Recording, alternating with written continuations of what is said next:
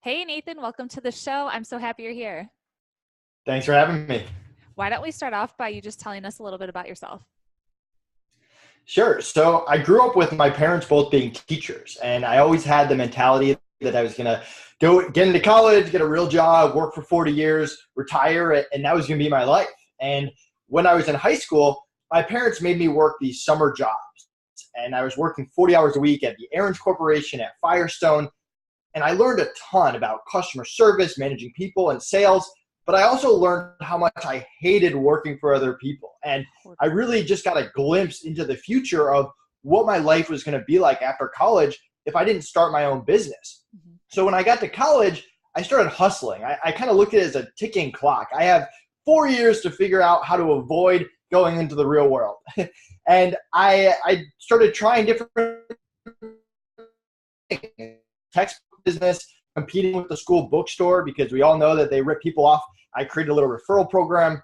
And before I knew it, I had lines out the door of people trying to sell me their textbooks, to the point where I actually got a cease and desist letter from my college to knock it off because I was stealing too much of their business. That's so So smart, that was my though. first glimpse. My first glimpse into being an entrepreneur, and books led me to Amazon. I thought it was so cool. This was back in 2008. There were no gurus, no masters. No one knew what it was going to be. So I just started trying every little thing. What does a college kid like? Sporting equipment, DVDs, computer games, video games. And I just failed over and over and over. I couldn't get anything to sell besides these books.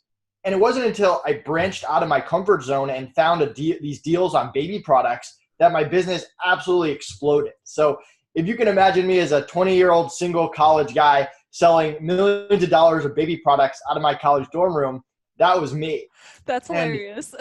yeah, and so I got pretty good at this, and the business grew, and I had to start paying taxes, right? So I met with an accountant, and he said, "When are you going to hire your first person?"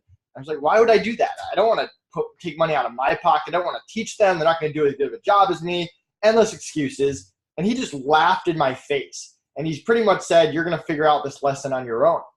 So sure enough, my first busy season comes around, the fourth quarter, and I get destroyed. I'm working 20 hours a day. My grades go down. I have no social life. Somehow I make it out to January, and I think to myself, I need to start hiring people. And I quickly realized college kids, not very reliable. No 30-year-old wanted to work for me in the real world. So I got thrown into the remote hiring world, the Upworks, the Fivers, and I got pretty good at it, but it just took up so much time to find the right people, and I thought I could do it better. So 3 years ago, I created my own marketplace, FreeUp, where we get thousands of applicants every week, vet them, let them in, protect the clients with 24/7 support and a no turnover guarantee. So that's a short story of how I went from a broke college kid to starting two companies. That's pretty incredible and hilarious that you're doing all of that from your dorm room. So cool. So tell us about FreeUp. What exactly is it that you started? Yeah, so I always wanted something better, something faster, because you go to Upwork, Fiverr, whatever site you use, there's a bunch out there. You post a job, you get 50 people to apply, you interview them one by one, and it takes forever. And one day I had spent 8 straight hours doing interviews without finding one person that I liked. And this isn't sustainable. I had to figure out a better, faster way. And so what we essentially do is we get about 3,000 applicants a week, freelancers from all over the world. We vet them not just for skill, but for attitude and communication as well. We take the top 1%, one out of every 100 applicants, let them in, and then make them available to clients quickly. So clients don't have to browse. They just put in a request telling us what they need. We fill it within a business day, usually faster.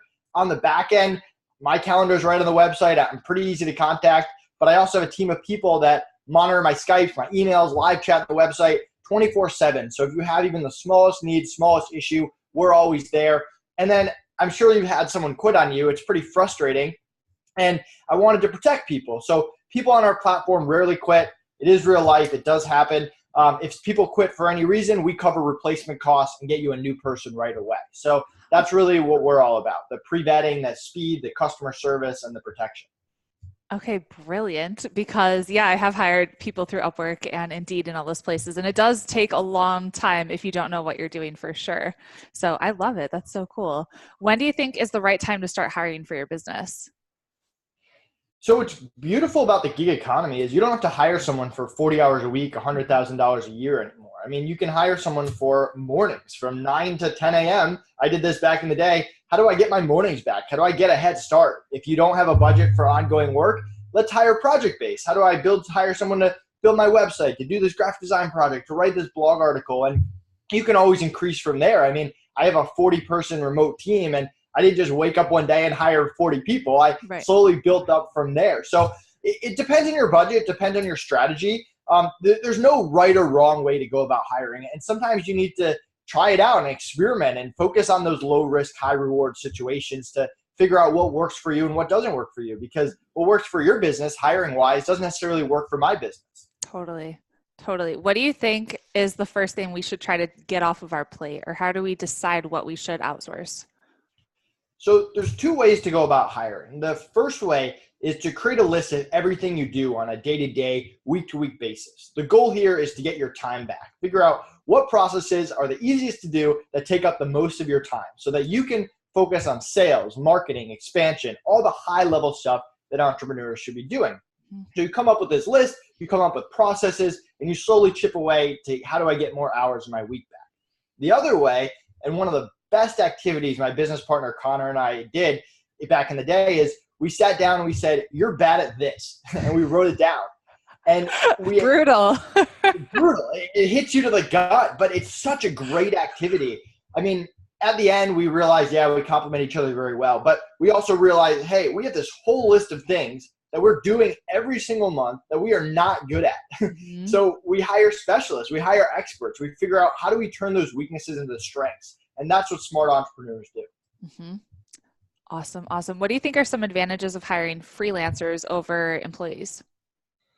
Yeah, I mean, the fact that you don't need to commit to X amount of hours, the fact that you can do it project-based, that there's people out there for any kind of budget. Mm-hmm. I actually opened up an office way back in the day, and I thought, hey, if I take all these remote people and I bring them internally, we're going to have better communication, more productivity. And the exact opposite happened. It was more drama. It was less productivity. I almost felt like I created a 9-to-5 job for myself. So I think that there are mental benefits as well. I mean, people that enjoy what they're doing, that don't feel like they're forced to work 8 straight hours every day and can have that flexibility to fit their lifestyle and work out of their pajamas if they want, or on the beach, I would argue that they're more productive, that they care about their business more, and that they treat clients better. And I think you have a better experience. And I mean, FreeUp right now, we did over 5 million last year. We should finish between 7 and 10 million this year. We have no office. We have no employees. We're entirely remote. We only hire freelancers from the platform. And I'm kind of curious to see how far we can push that before we have to hire employees. Yeah. But you can really get away with doing so much stuff remote nowadays, unless you need a cashier or a warehouse manager or something like that. There's really no reason to not experiment with hiring remote. Totally. I mean, my business is a good example of that. I live in France. We have people working for us in the Philippines, I think they're in Iran, our copywriters, and then we have people in the States too. So it's really cool that we can be all over the place, but still get stuff done, and they get to work on their own time, and we just kind of meet up together and get stuff done. Yeah, we live at a pretty exciting time. Isn't that cool? Like, we're doing this right now. It's just incredible. So how do you find the right people for the tasks that you decide you want to outsource? So it's really important up front to figure out what you're looking for and identify that person. And yes, you should look at the skill and the price point, but there's other stuff as well. I mean, let's say you're running a cutthroat real estate business, and I have clients that do that. You probably shouldn't hire that warm and fuzzy person. You're not going to have a good experience no matter how talented they are. So really identify, hey, how many hours a week do I need this person? What kind of attitude do they have? What kind of background am I teaching them? Do I need their expertise to come in? Well, really identify what that perfect person looks like. If you haven't identified that, it's going to be very hard to find them.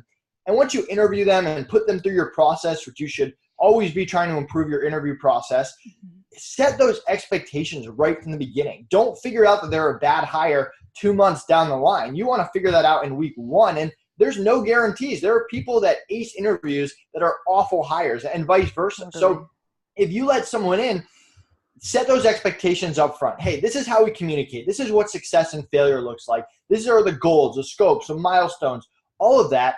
And I even give them a chance to back out because I have super high expectations. And I'd much rather they say, you know what, this isn't for me, I changed my mind, than for me to figure that out 3 weeks later. So if people spend more time identifying what their perfect person looks like and more time setting expectations before that work starts and not proceeding forward if those expectations aren't met, taking a step back, getting on the same page and giving them another shot or two, that's how you prevent bad hires. That's how you have a better long-term hiring experience. Awesome. Something we did with our last hire was we actually did a trial week with a few of the top candidates, and it was for our social media manager position. And really quickly, we were able to be like, oh, this person is not a good fit. Like, she couldn't even figure this out. And then Lizzie, who we did end up hiring, hi, Lizzie, she edits our podcast. She went above and beyond that trial week of being like, oh, what if we did this with your Instagram account? Or what if we did that? And like right away, I was like, oh, you girlfriend, you are it. Like, you are awesome. Yeah, there's no substitute for seeing someone in real time. And I mean, even the best freelancers out there aren't the best fit for every single. So sometimes they need to get their hands dirty. They need to do the work. They need to work with you, and you can see if it works. And I've done the same thing. I've hired people. I've given them, hey, here's my SOPs. Read it. I'm here to answer questions. I'm here to support you. When you're done, I'll test you on it and the 2 other people I hired, and whoever understands the best, that's who I'm going to invest my time, my energy, my money into. Can you explain SOPs for people who don't know? Yeah, standard operating procedures. So Awesome. we all want to be McDonald's as business owners. That's the end goal, where you can plug in anyone at any given time, and the instructions are there, A, B, C, D. There's things in place to prevent mistakes, and you can focus on the highest of high-level activities. So if you don't have SOPs, I recommend start building them. If you do have SOPs, I recommend slowly getting other people in charge of them. I have VAs that are actually in charge of the SOPs, because if you're a startup, your processes are probably not set in stone for the next 10 years. You're probably going to change and adjust and tweak and improve, and you don't want your SOPs to get outdated quickly, which they tend to do. So put someone in charge of them, make sure they're getting updated. You never know when someone's going to quit, get sick, whatever the situation is. Make sure you have those SOPs ready to go for the next person. Love it. So when you're working with people remotely, there could be some communication issues. How do you combat that? So communication is the number one thing that I care about. And especially on the FreeUp platform, the easiest way to get kicked off the FreeUp platform is with poor communication. And we have stuff in place like responding to clients within a business day, how you handle emergencies and issues that we all have. We're all real people.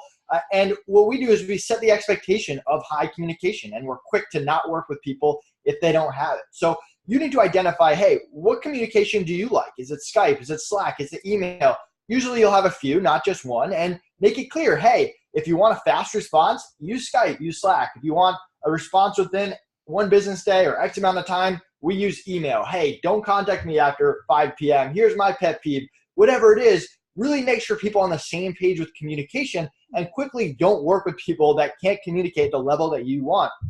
Again, every client's different. Every client wants different things, and really figure out what the best communication method is for you.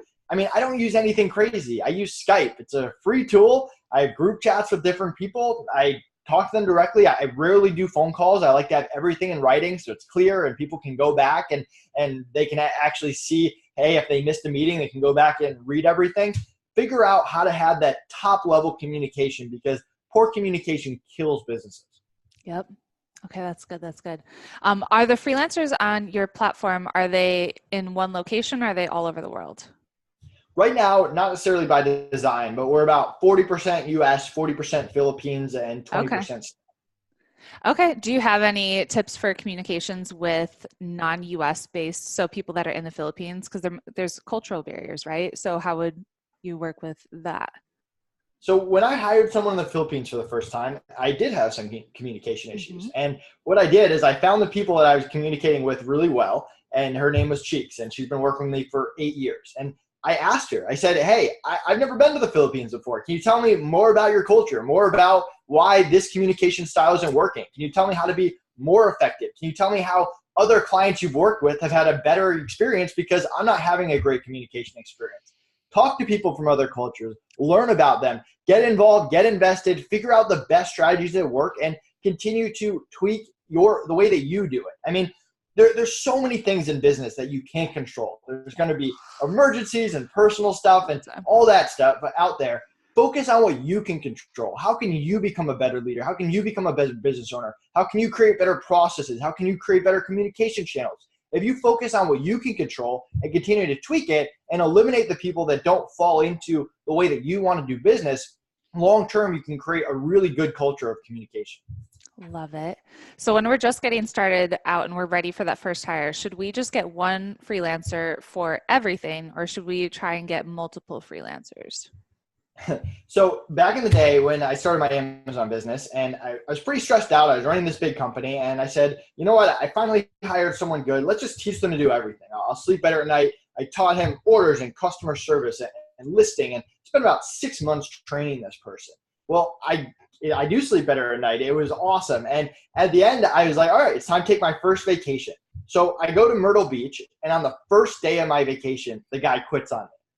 6 months of training down the drain. But I learned an incredibly valuable lesson about diversifying, because that's what a lot of entrepreneurs do. Hiring is hard. You go through bad hires and you finally find someone you like. So what do? You load that person up with everything. Well, that is a very risky thing to do if you're a startup. If you don't have 100 employees, 100 freelancers, 100 virtual assistants, that can really set your business back. And I've had clients who they even diversified, but I would say they diversified in the wrong way. They hired one family to run their whole business, and they pissed someone in the family off, and the entire family quit on them in one day. So you should figure out how to diversify, how to protect, how to departmentalize. One person for everything within reason. If you're getting 10 emails a day, you don't have to hire 3 customer service reps. But if you're getting 40 emails a day, or if you have 40 hours of work a week for a customer service rep, why not hire 2 people for 20? Let them sub in for each other and have a backup. So, no one works 365 days a year. So figure out how to smartly diversify your business as you grow, and don't put all your eggs in one basket where if one person leaves, you're set back months. Totally. So smart. So as a business owner, what should we be focused on? In terms of hiring, or just in general? Just in general. So I like to focus on low risk, high reward situations. And what I mean by that is, I bootstrapped 2 companies. I started with $2,000, and what works for one company doesn't work for another. So I'll put money into Facebook ads a little bit. I'll put money into Twitter. I'll put money into my blog. I'll put money into getting on podcasts. And I kind of read the market. I don't go in saying, hey, this is how we're going to do business. This is where we're going to be. I read, hey, you know what? This is working. Let's put more money into it. This is not working. Let's pull back. Maybe we can revisit it later. And if you're constantly focusing on low risk, high reward situations, that's how you find those opportunities. If you're just stuck in, hey, this is how we're going to do it, or let's just go all out from the beginning and just dump a bunch of money into X and hope that it works out, it's just very risky. There's plenty of people that can do it. It's not how I prefer to do business. So focus on as many low risk, high reward situations you can. Try new things, experiment. There are gurus out there, there are coaches out there, and a lot of my clients make way more money than I do by using them. But at the same time, you have to be able to try things for your business and do things differently from other people. You can't always follow the norm, and you can't be afraid to make mistakes and try new things that don't work out along the way. Totally. So speaking of mistakes, what are some of the biggest ones that you've made? The 2 biggest ones were hiring that person and losing them after 6 months of training. And I would say the other one was opening up the office, not just because of the drama and the less productivity, but I also just added overhead to a business that didn't need any overhead. I was running an entirely remote business, and for some reason I thought having an office would make it better, and it did the exact opposite. So that's probably the biggest 2 lessons that I've learned as a business owner. Awesome. If you could offer any piece of advice to just a young entrepreneur who's just starting out, what would you tell them? I would say block out the noise. When I was selling baby products, people thought I was crazy, right? No one knew what Amazon was. It wasn't a legit job. I was running some scam. Whatever people say, you have to ignore that stuff. Surround yourself by people that are supportive. Surround yourself by people that are open to new ideas and trying new things. And don't worry about the haters out there. Even now with social media, I've had people that I blocked because for whatever reason, they don't like my posts. They don't like what I have to say. And it doesn't happen often, but those people are always going to be there. There's just too many people in the world to make everyone happy and please everyone. So focus on what you like, avoid the noise, and remove yourself from the distractions and figure out what you're passionate about going forward. Totally. Well, the bigger you get, the more of those haters you're going to get. I've gotten a few of those recently. And at first I was like, oh, that hurts. And I was like, wait a second, this is a good thing. We're growing. Exactly. And I mean, don't be afraid to like press the block button, move on with your life. People will realize that they have better things to do than bother you. Totally. Well, what does it mean to you to make an impact? So what's really cool about FreeUp, let me back up. So with my Amazon business, it was awesome. It was my first task being an entrepreneur, and I learned a ton. And I made a lot of money. I made a lot of friends, but I didn't feel like I was impacting anyone because I was just pushing products. And not only was I pushing products, I was pushing baby products. I wasn't passionate about baby products then. I'm still not passionate about baby products now. It just wasn't. I wasn't really making a difference besides helping me and my team and my manufacturers. Now with FreeUp, I get to help business owners all over the world. I can't tell you how many startups we help take to the next level. We get to help freelancers grow their business, provide for their family. When I was in the Philippines, people were showing me their cars, their houses. We're on pace to pay out over $6 million to freelancers this year. So that resonates. That's my why. And it's one of the reasons that I was very quick to get out of the e-commerce game once FreeUp started to take off, because I didn't feel like I was making a difference, even though the money was there, the opportunity was there. So figure out what you're passionate about, figure out the why, make sure that you're not just getting the top all by yourself, because it's not that much fun, and figure out how can you actually impact the people around you and bring everyone up at the same time. Ooh, wise words of wisdom. Love it. Love it. So what's next for you? It's a great question. I am an extremely short-term thinker. Not that I sacrifice the short term or the long term for the short term, but I'm very focused on the now. What do we have to do over the next few months? We're in busy season right now to hit our goals. And I mean, I have no plans to sell FreeUp or get investments. It's not something I'm spending a lot of time on. If opportunities come up, we're always open to new opportunities. But right now, I'm trying to see how far we can push this thing. If we can keep this thing remote, if we can grow it and impact more people. I'm more of a personal side. Last year was the year of podcasts. I was on over 100 podcasts. This is the year of guest speaking. And I wouldn't say being on stage in front of 500 people is my natural comfort zone, but I'm enjoying it and I'm doing more of it. And I think I'm making a bigger impact that way. And I'm looking forward to doing more of it over the next few years. The more you do it, the easier it gets, for sure. Exactly. Yeah. Well, where can we connect with you?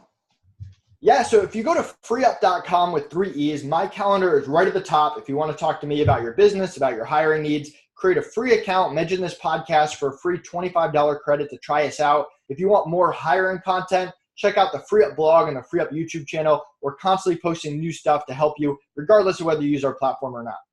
Awesome. Well, thank you so much for sharing all your tips with us. This was awesome, and we appreciate you. Thanks for having me. Really appreciate it. Bye.